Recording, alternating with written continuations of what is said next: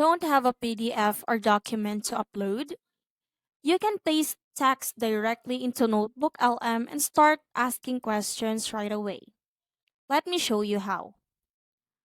Open NotebookLM and create a new notebook or open an existing one. Next, instead of uploading a file, look for the option to paste text directly into NotebookLM. Copy the text you want to analyze and paste it into the text field.